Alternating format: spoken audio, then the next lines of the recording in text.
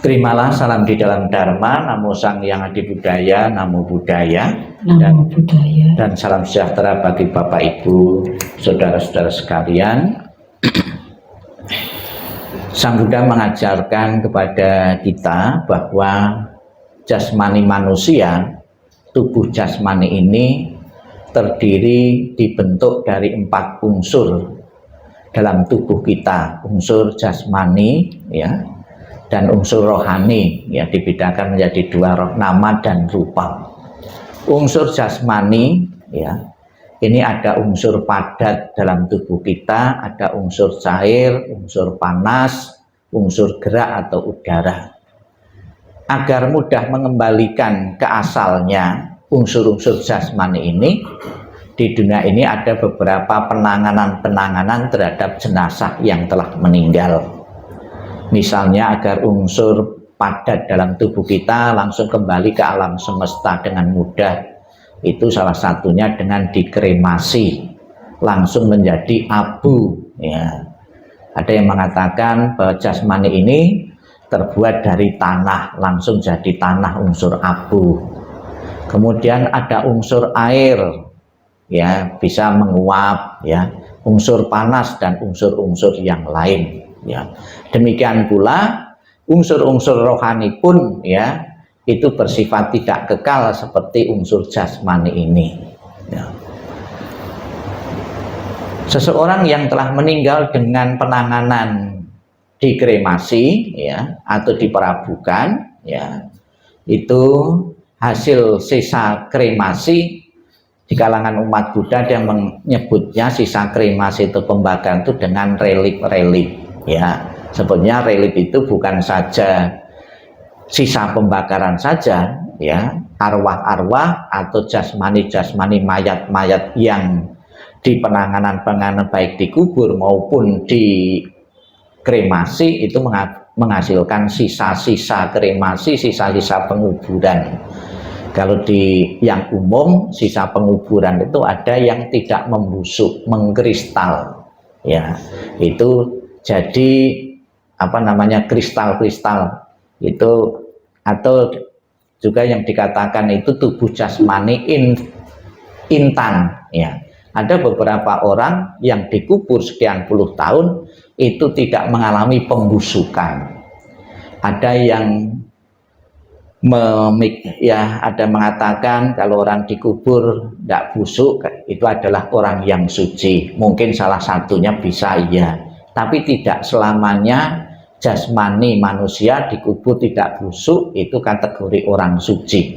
Ada beberapa juga yang dikubur sekian puluh tahun tetap badan jasmani tetap utuh ya. Ada seorang dibongkar kuburannya karena untuk keperluan sesuatu, badan jasmaninya tetap utuh. Nah, setelah diselidiki ternyata tanah di sekitar kuburan itu tanah beracun ya, tanahnya beracun sehingga mikroba-mikroba itu tidak mau makan ya jasmaninya itu ya. Kemudian ada juga orang yang sudah sekian puluh tahun itu badan jasmaninya tetap utuh.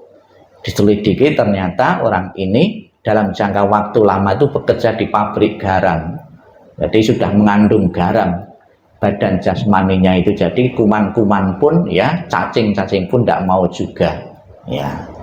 Jadi tidak selamanya menunjukkan orang yang tidak membusuk itu orang suci ya, itu tidak selamanya. Kemudian ada dikremasi, sisa kremasi itu ada yang berupa abu ya, ada berupa tulang ya, tulang-tulang, ada lagi tulang-tulang tertentu yang mengkristal ya. Ini yang dicari-cari di kalangan umat Buddha, namanya relik-relik. Tidak semua orang kalau dibakar itu bisa keluar relik ya. Hanya orang-orang tertentu saja ya, itu membentuk relik. Orang jahat itu tidak bisa ya. Dalam teori Buddhis dikatakan relik ini adalah energi positif yang terserap, mengkristal ya. Inilah dicari-cari, kemudian disimpan, jadikan bahan inspirasi ya, bahwa karena menjalankan sila yang tekun ya, secara kualitas jasmaninya juga membentuk jasmani yang berbeda. Ternyata ada reliknya ini. Namun juga tidak selamanya sebagai pertanda orang itu orang suci. Ada ketika dibakar, ya, tulang-tulangnya ada reliknya berwarna-warni, ya, tidak menunjukkan warna-warni ini orang suci. Ini di masa kehidupan diteliti, ini sering mengkonsumsi obat rematik. Ya, pengaruh juga obat yang dikonsumsi itu mempengaruhi juga kualitas tulang-tulang yang kita miliki.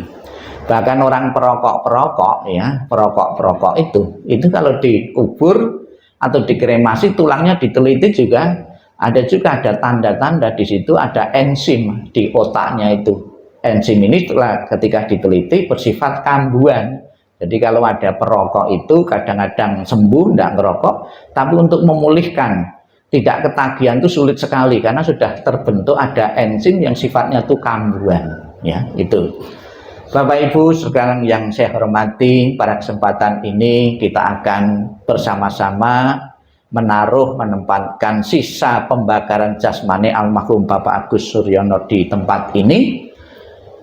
Sisa abu pembakaran ini akan menjadi objek, ya, objek penghormatan keluarga, putra-putri beliau, keluarga-keluarga dekat atau jauh di tempat ini. Dengan wihara ini memfasilitasi dari para umat yang ingin memberikan penghormatan sisa jasmani beliau, dengan satu harapan rasa bakti, rasa hormat di kalangan umat Buddha kepada leluhur-leluhurnya tetap terpelihara. Jasa dan kebaikan dari leluhur kita, dari orang tua kita, tidak pernah terhitung dan terukur. Maka sudah selayaknya agar putra-putri beliau, keluarga belum mempunyai ikatan emosional yang jauh lebih kuat lagi, maka ada sisa pembakaran yang ditaruh di wihara ini dan dijadikan objek penghormatan.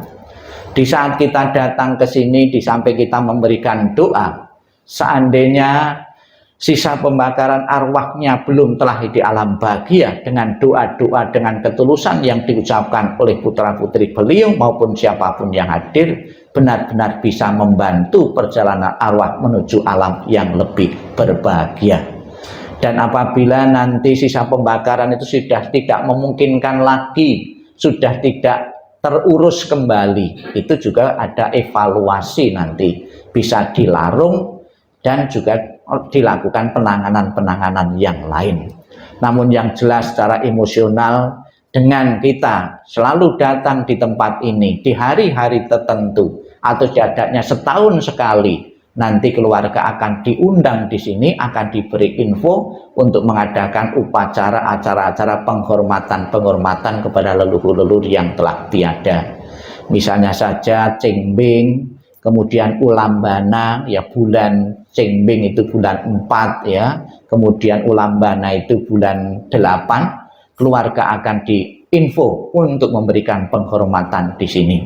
Semoga dengan sesering mungkin kita doakan, apabila ibarat melakukan satu perjalanan, papa orang tua Anda belum memiliki bekal yang memadai, dengan doa-doa yang dipanjatkan dan juga sebagai bakti dan hormat yang telah tiada, dipersembahkan saji-sajian makanan ini di depan altar ini.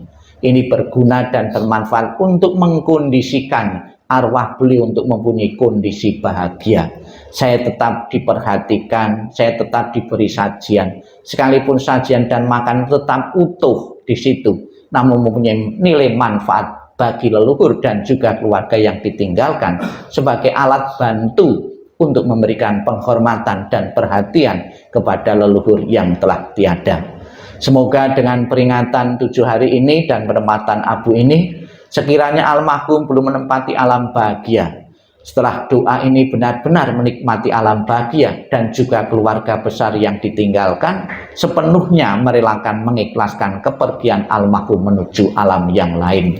Tidak mudah melepaskan dan merelakan begitu saja orang yang sudah puluhan tahun berkumpul. Namun apabila keluarga tidak mau larut dalam kesedihan dan penderitaan karena berpisah dengan orang yang dicintai, segeralah bisa menerima hukum kematian ini yang akan berlaku kepada siapapun tanpa kecuali.